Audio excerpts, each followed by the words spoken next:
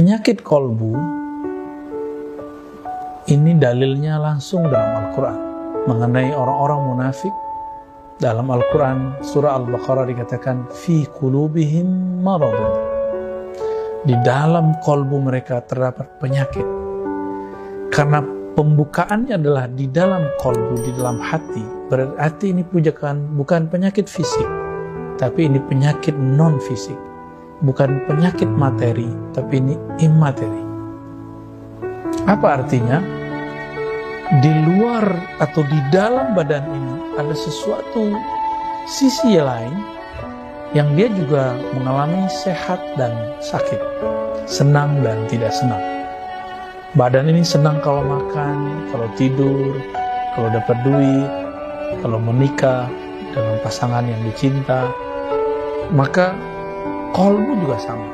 Kita bisa flu, maka dia juga ada penyakitnya.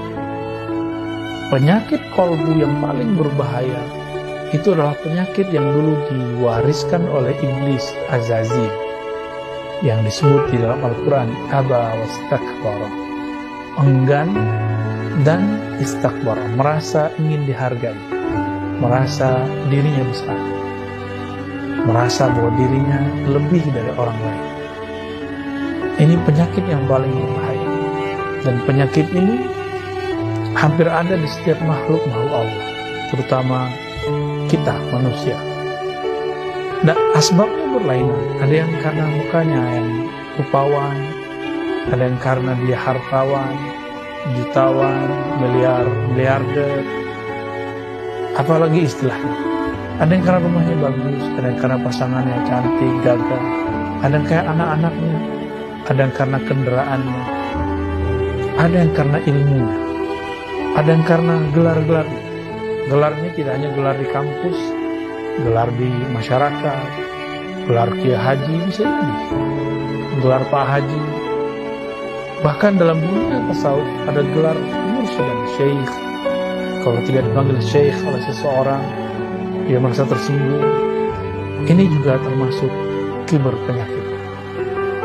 Nah, penyakit kolbu ini karena dia tidak tampak, maka mengobatinya juga tidak mudah, kecuali bagi orang yang menguasai ilmu kolbu. Sebagaimana kalau kita sakit jantung, kita datang ke dokter jantung. Maka jika sakit kibar, datanglah kepada ahli kerohanian, ahli kolbu. Dia akan membersihkan lalu mengobatinya dengan baik. Ini penyakit yang paling bahaya. Ada lagi penyakit yang kedua. Orang kalau sudah sombong, ada penyakit kolbu, yaitu hasad, iri, dengki. Kita boleh iri yang positif.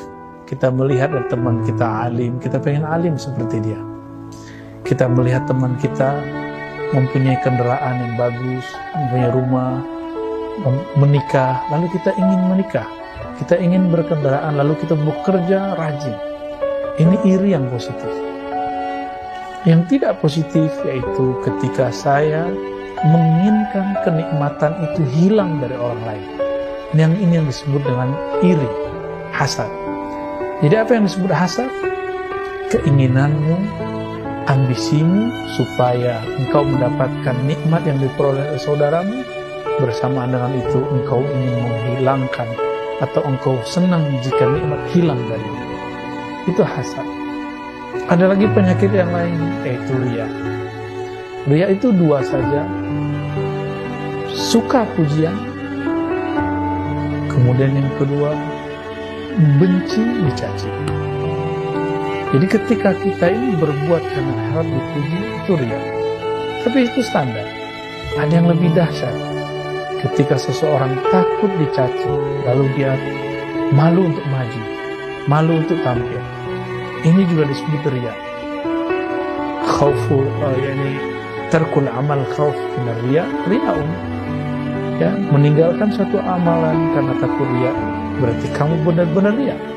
Kamu ingin disebut orang yang ikhlas, lalu kamu tidak beramal di depan orang. Ada lagi penyakit ghaflah, ini yang paling berbahaya juga dan merupakan akar dari semua penyakit yang ada di atas tadi. Ghaflah berarti kelalaian. Lalai dari apa? Lalai dari nama Allah, af'al Allah, sifat Allah, apalagi zatullah. Apabila kalbu sudah lalai, maka dia akan dikuasai oleh tentara-tentara syaitan, ya, tentara-tentara syaitan. Inilah permulaan manusia tergelincir ketika dia merantau melewati alam semesta ini. Nah, masih banyak penyakit-penyakit yang lain, tapi ini yang paling inti. Dan obatnya cuma satu, yaitu zikrullah, mengenal Allah. Kenapa hati keras?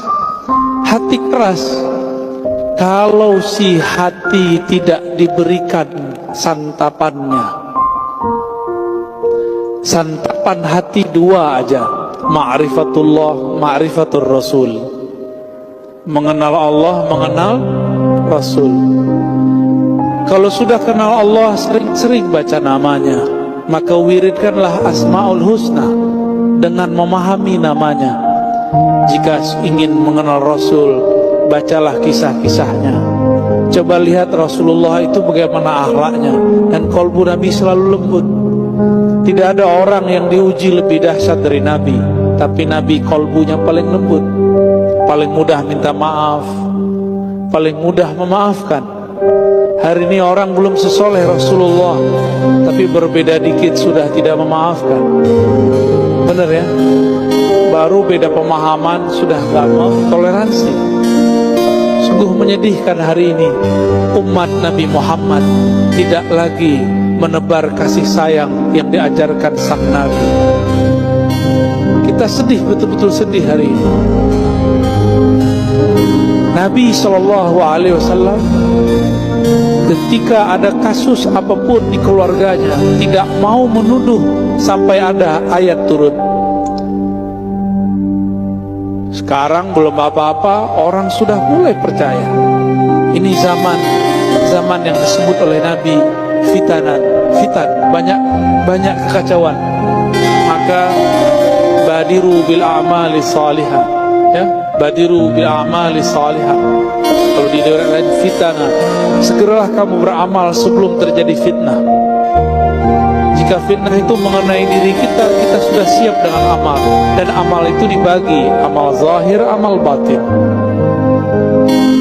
Sekarang orang sibuk dengan main sosial media, sibuk dengan aib orang, tapi dia lupa dengan aibnya sendiri. Orang sibuk dengan smartphone, tapi lupa dengan smart di dalam kolbunya. Asik nggak main game di handphone? Asik. Game yang ada di kolbu ini lebih asik. Ngapain kita ngegame? Ngegame itu ada musuh, ada lawan. Kita diserang, kita balas menyerang. Itu game. Tapi gamenya kolbu berlain. Kita diserang, kita nggak perlu bahas menyerang. Kita dibenci, itu gamenya kolbu. Kita nggak perlu balas membenci.